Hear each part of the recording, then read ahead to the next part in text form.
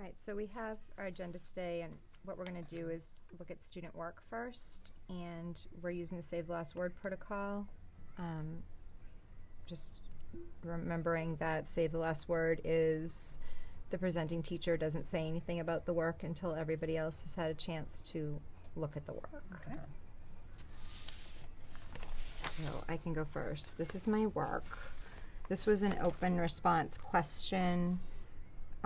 They did about the brother and sister story. From Houghton Mifflin. From Houghton Mifflin in the anthology. It was modeled. There was a modeled right hanging up. So take a look. The question was, how do older brothers and sisters help take care of the other brothers and sisters? Or how do they help out? I think, how do they help their family out?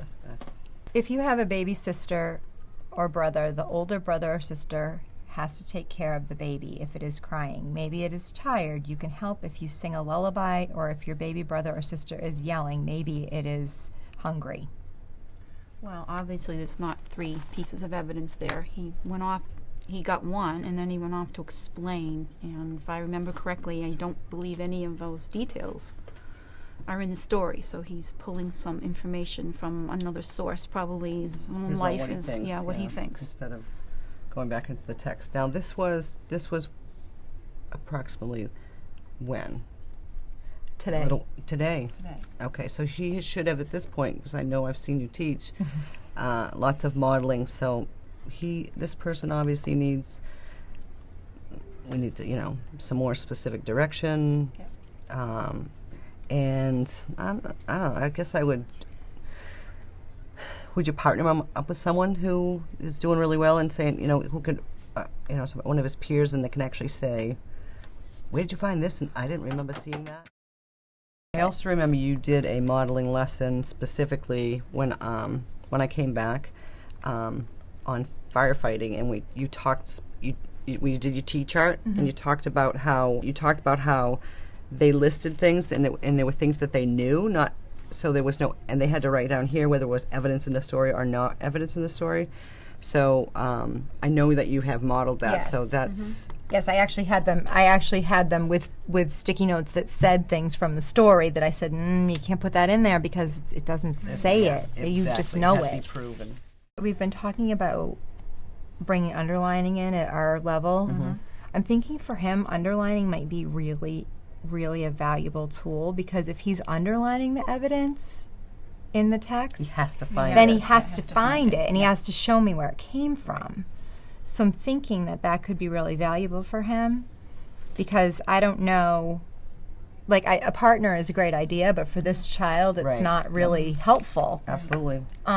So I think maybe what I'll have to start doing is photocopying the text. So because sticky notes for him, I don't think it's enough. I don't think it's concrete enough. Yes, We but talked you about that this morning with your Yes. lesson. Is that Right, it's they don't know what, they mark a page and then they can't can't remember, remember why it is they marked it. So I think for him, I may have to photocopy the text so he can actually get into the text and underline and show me this is where I see it.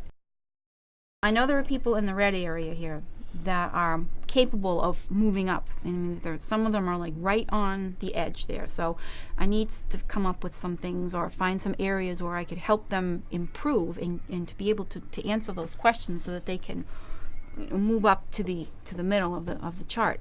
All right. If we look at their specific breakdown of areas, is there one area that they're really close to the moving up on the level, or is there? You know what I mean? So they have maybe a couple of areas that you could concentrate on. Let me just say, if I take one of these students in particular, where is he? Okay, all right, this one.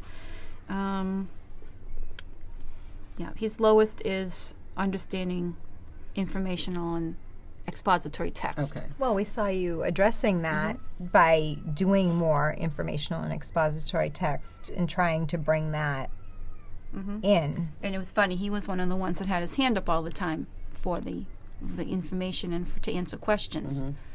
So you may think he's actually going to score pretty well. But I think on the maps, what you also use for informational text is not just a story or a selection about a nonfiction topic, but it's more, I mean, I've seen them give them recipes, menus, signs, and things like that to read. So I'm wondering if it might not be a good idea to start reading those kind of things with them, because that's reading, and maybe they don't realize some more like real life reading like that, like menus or things that they see in their everyday lives that we don't necessarily put out there as this is reading, but it is. Schedules. I've seen schedules on there. Recipes is a great idea because they have, maybe they could go and ask for a recipe from home. They could bring, so they could feel like they own that. We did that in. I think we were making a booklet for Mother's Day. Yes. I think we did that. Yeah, we could do something similar to that. Yeah. That is a good idea. Yeah, I mean, even the posters that are around the school, like, picture day's coming. Well, when is it? What time is it? Book fair's There's going to coming. be a lot of posters there. So I think maybe that's something we should really, like, as a team, we should implement, is looking at that kind of thing.